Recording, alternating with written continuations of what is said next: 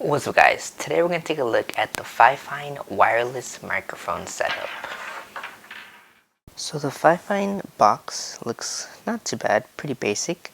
Upon opening the box, we're greeted with two documents. So the first document is the instruction manual or user's manual. And the second document is like a social media card.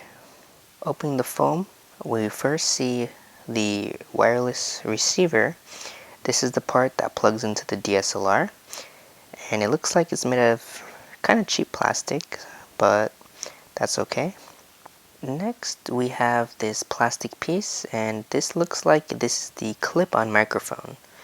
So this is probably the microphone that I'll be using most of the time, and it looks like it has a mini XLR connector. So as I struggle to remove the next piece, this is the headset, and it looks like it also uses a mini XLR connector.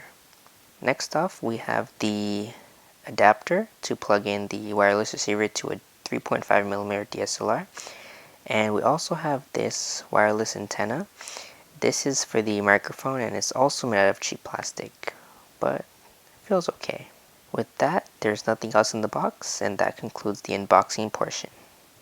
So this piece plugs into the DSLR, and using this adapter, it plugs into the receiver, and this is the front of the receiver. Now unfortunately there's no way to attach this to a DSLR, so I'm going to remove the dust cover of my DSLR and use double-sided tape to kind of rig my own little adapter. So by cutting this double-sided tape, we're going to attach it directly to the dust cover, press hard, and the receiver is now connected, and it's removable, so I can switch it to my other DSLR. And with that, we now have a professional looking wireless receiver. This actually looks like one of those receivers you would receive with the wireless setup actually. So the receiver uses two AA batteries, and the receiver on the camera uses two AAA batteries, and batteries not included. In terms of the receiver, it's quite simple. It has an on-off button, it has a set button which changes the frequency, and it has this mini XLR connector to allow you to swap out for something like the headset, which also uses it. I do kind of wish it had a 3.5mm input as well, so that I can use different microphones, but you know, it is what it is. The case is made out of plastic, very, very noticeable, but I will take a plastic case with good sound quality over a metal one with crappy sound quality any day though, so there's that. It has a clip on the back, so you can clip it onto your pants and whatnot. Has a little antenna that sticks out. Don't know how much of a difference this makes in terms of the range, but it's kind of annoying in the way, but not too bad.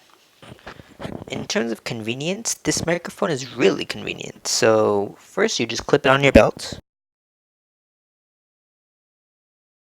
and just like that you have a nice, portable setup, so I can just walk around, wherever I want to go outside, and you guys can hear it.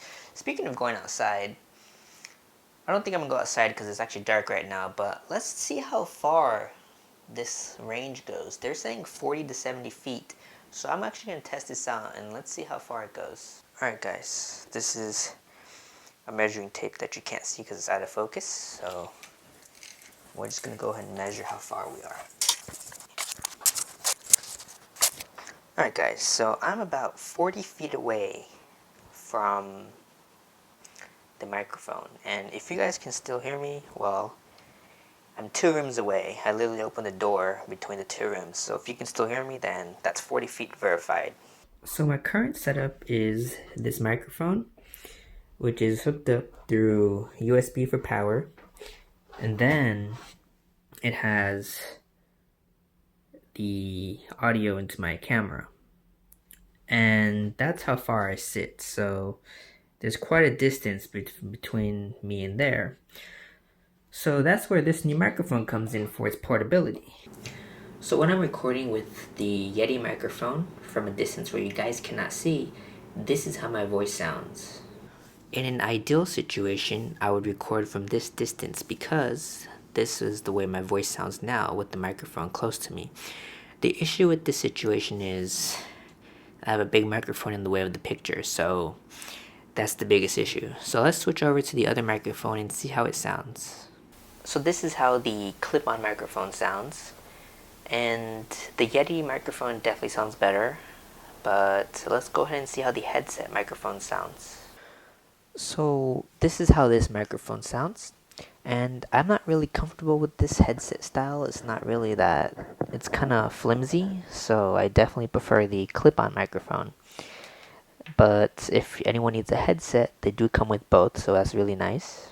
So I went ahead and changed the camera I'm using. This is the D750. This one's newer than the other one, to see if it makes a difference in the audio quality.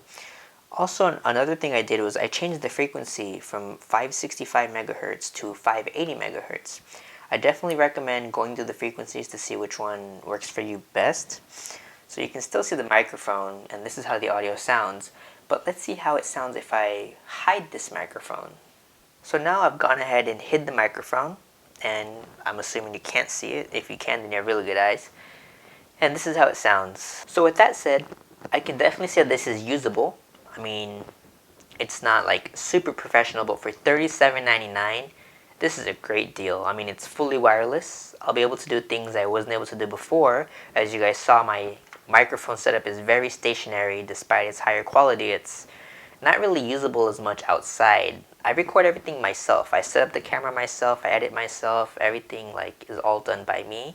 Very rarely I'll have like one extra person helping me for a few minutes in a video, but mostly I'm solo. So with this setup, I'm going to try and go outside next time for the next video and have an outdoor video, and we'll see how this does in wind. But with that said, I can recommend it for general use. And let me know in the comments how you guys like the sound quality of this. Is it acceptable to you, or should I just stick to my Yeti and not even bother with this? Or do you think I should use this in situations where I wouldn't be able to use the other one and you guys would be able to, listen to the audio fine? With that said, I'll put the link in the Amazon description in the description for the Amazon link, and you guys can check it out. With that said, subscribe, and I'll see you guys in the next one.